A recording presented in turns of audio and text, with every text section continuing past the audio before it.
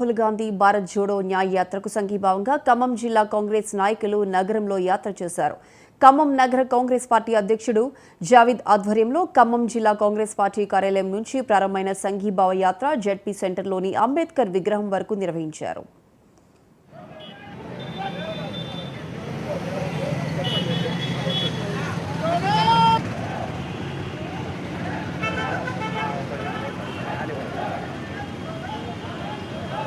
ఈరోజు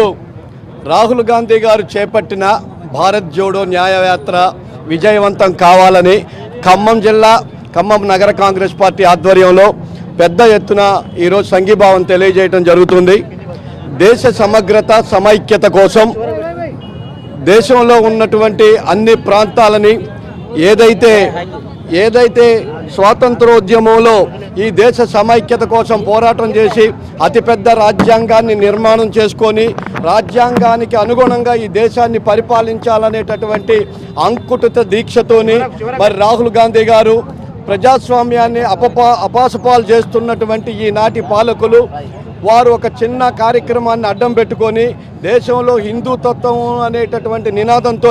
మళ్ళీ ఎలక్షన్లకు పోవటం కోసం చేస్తున్నటువంటి అరాచకాలు, అత్యధికంగా పెరిగిపోతున్నటువంటి ధరలకు మరి నిరసనగా ఈనాటి ప్రజా సమైక్యంగా ఉండటం కోసం యావత్ భారతదేశం అంతా ఒకటే అని భారత్ జోడో యాత్రని చేపట్టి మరి దేశ ప్రజల కోసమే